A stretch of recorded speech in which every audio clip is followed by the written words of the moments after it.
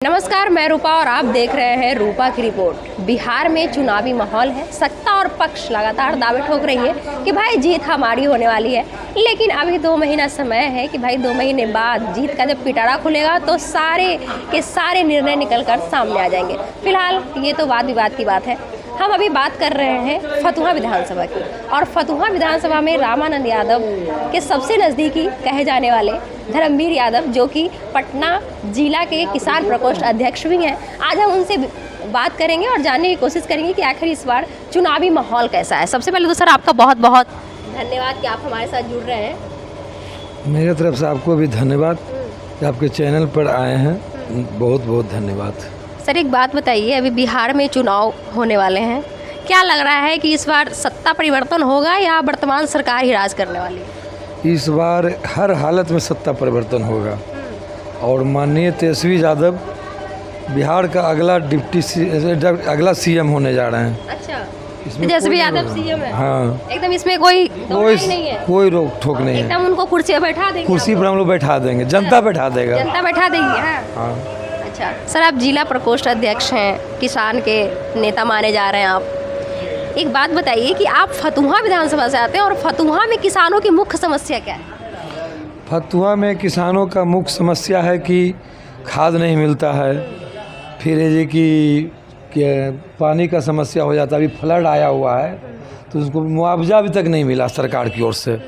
इसमें माननीय क्षेत्रीय विधायक डॉक्टर रामानंद यादव ने बार बार ये कि विभाग को लिखित सूचना दिए हैं, हम भी सूचना दिए हैं, सीओ को दिए हैं, सिंचाई पदाधिकारी को दिए हैं, लेकिन अब तक इस पर कोई कार्रवाई नहीं हुआ। मतलब आप लगातार कोशिश कर रहे हैं लेकिन इसके बावजूद भी काम नहीं हो रहा है।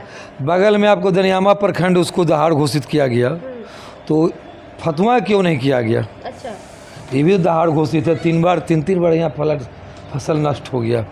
हम लोग पूरा मांग करें फिर भी इस पर कोई कार्रवाई नहीं हो रहा। आपके मांग करने के बाद भी इस पे काम नहीं हो रहा है? कोई काम नहीं हो रहा है। आपके जो वर्तमान विधायक हैं रामानंद यादव जी, अभी क्षेत्र में घूम रहे हैं, लगातार शिलान्यास कर रहे हैं, तो क्या आपको लगता है कि भाई चुनावी माहौल के कारण शिलान्यास ज़्यादा हो रहा है या पहले से कार्य निश्चित था? एक कार्य बहुत पहले से निश्चित था। जब हम लोग की महागठबंधन की सरकार था उस समय ही इन्होंने ग्रामीण विकास कार्य को जितना भी पुल 2-3 गो पुल को इन्होंने लिख के अनुशंसा किए थे। उसके बाद ग्रामीण कार्य विभाग से फतुहा प्रखंड में 19 गो जो रोड है ग्रामीण से इन्होंने अनुशंसा किए, लेकिन जब सरकार चला गया तो उस पर भी ब्रेक लग गया। फिर इन्होंने अपने प्रयास से इस सब कार्य को सफल किए हैं। अच्छा, इस बार अगर जनता इनको चुनती है और फिर से अगर इनको विधायक बनाती है तो ऐसा कौन सा कार्य है जो सबसे पहले होगा फतुहा के विकास के लिए? अगर महागठबंधन की सरकार आएगी वो तो आने में उसको कोई रोकने वाला नहीं है। कोई नहीं रोक सकता? कोई नहीं। एकदम दावा कर दिए? दावा कर दिए, एकदम लिख दिए। जनता ने मन बना लिया, हम क्या हैं? जनता ने मन बना लिया। जनता एकदम मन बना ली कि परिवर्तन होना है तो होना है। तो मेन कार्य है यहाँ का, आपको स्टेडियम नहीं है, उसके लिए मेरे क्षेत्रीय विधायक रामानंद जी ने उसके लिए भी ज़मीन की मांग की है सरकार से, वो भी नहीं मिला। आपको फैक्ट्री बंद है, उसके लिए भी कोशिश की है, वो भी नहीं मिल रहा। तो जब सरकार आएगी तो और विकास की योजना होगी। सरकार आएगी तो और विकास की योजना होगी। सर लगातार ये कहा जाता है कि फतुहा में जो अस्पताल की स्थिति है वो बहुत दयनीय है। लोग फतुहा वासी यहाँ से जब कोई भी बड़ी ऐसी घटना हो जाती है तो वो यहाँ से पटना के लिए जाते हैं। इस पर क्या आपने कोई विकास कार्य किया है? इसमें माननीय विधायक जी ने बार बार कहे हैं रेफरल जो हॉस्पिटल बनाया गया उस पर सुधार किया जाए। जब सरकार आया महागठबंधन को तो उसी समय सुधार हो गया। जब जैसे ही महागठबंधन की सरकार गया खत्म हो गया। फतुहा में विकास स्थिति, स्वास्थ्य जो सेवाएं हैं उस पर आपने विचार किया, लेकिन आगे की सरकार उस पर पाबंदी लगा रही है, आपका ये कहना है। आपने कोशिश बहुत की है ना? तो इस बार अगर क्या लगता है आपको कि भाई इस बार भी तो रामानंद यादव की जीत तय है? तय है, उसमें कोई दोहराई नहीं है। कोई दोहराई नहीं है? नहीं है? इनको हरा भी विकास पुत्र हैं।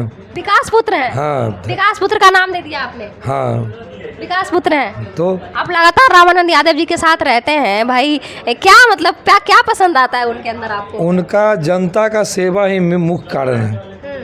एनी टाइम दरवाज़ा जब भी जाता, कोई भी जनता हो, कोई भी कास्ट हो, इनको कास्ट से कोई मतलब नहीं है। लोग तो इल्ज़ाम लगाता है कि ये यादवों के नेता, लेकिन नहीं, कोई कास्ट एनीबॉडी, कोई चले गरीब गुरबा, उनसे मिलते हैं, उनका समस्या का समाधान करते हैं। तो आप ये कह रहे हैं कि भाई समाज सेवक बहुत अच्छे हैं? बहुत अच्छे हैं, बहुत अच्छे। बहुत अच्छे हैं। अगर बताइए, इस बार अगर मान लीजिए विपक्षी पार्टी कोई आ जाती है मैदान में, तो क्या आपको क्या लगता है कि कोई इनको हरा नहीं पाएगी? क्या लगता है आपको कि भाई इनके प्रतिद्वंदी जो होंगे वो जीत हासिल नहीं कर पाएंगे? क्योंकि भाई लगातार ये अपनी गद्दी पे बैठे हुए हैं, तो क्या है इसके पीछे की असली वजह क्या है? आपको बोले तो असली वजह है कि जनता का सेवा करते हैं, विकास करते हैं। 2010 के जब आए थे, विधायक बने थे, तो क्षेत्र में रोड की बहुत समस्या था। अच्छा। कोई भी गांव में, बहुत सा गांव में जाने का समस्या था, इतना कि रोड इतना पाकों में जाना पड़ता था। इनका मेन समस्या जब आया तो सरकार 15 में फतवा दौलतपुर रेलवे सुरक्षा बांध जो कच्ची था, उन्होंने बहुत मेहनत करके उसको पक्की करा है।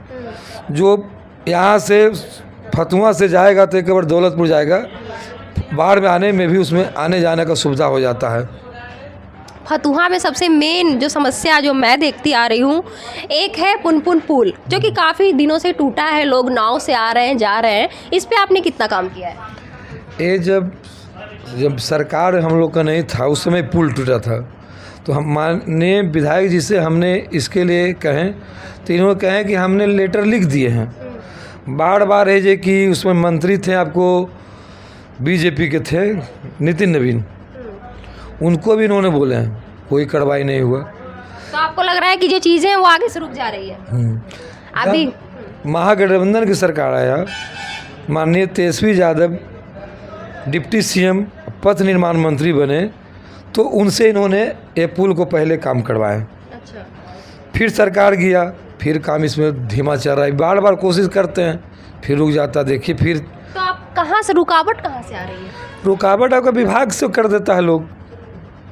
इसको बड़ा काम करने के लिए ठेकेदार को बड़ा समस्या है, वो अपना विभाग को मांग करेगा, लेकिन मांगे नहीं करते, बार बार करते हैं तो चालू करता है, फिर बंद कर देता है। तो आगे से ये चीज़ों को रोक दिया जाता है? रोक दिया जाता है। अभी बिहार अधिकार यात्रा तेजस्वी यादव निकाले, और आपने कहा कि तेजस्वी यादव इस बार सीएम पद पे बैठने वाले हैं।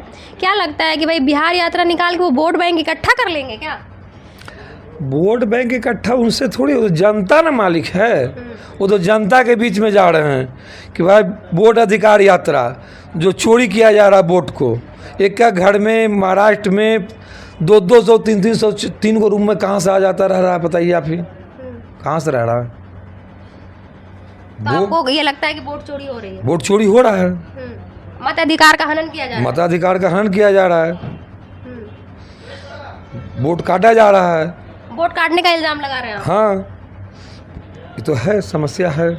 अच्छा, आप एक बात बताइए, आप जिला प्रकोष्ठ अध्यक्ष हैं किसान के, तो इसके आगे का भी कोई रणनीति है क्या आपका कि सिर्फ जिला अध्यक्ष प्रकोष्ठ अध्यक्ष ही रहेंगे आप? ये तो नेता लोग से बात कर बताएंगे, हम कुछ नहीं। हम आपकी तहे दिल की इच्छा क्या है कि आप आगे भी विचार कर सकते हैं? मेरा तहे दिल से इच्छा, जो हमको मिला गया है, पोस्ट दिया गया, उस पर हमने काम करेंगे।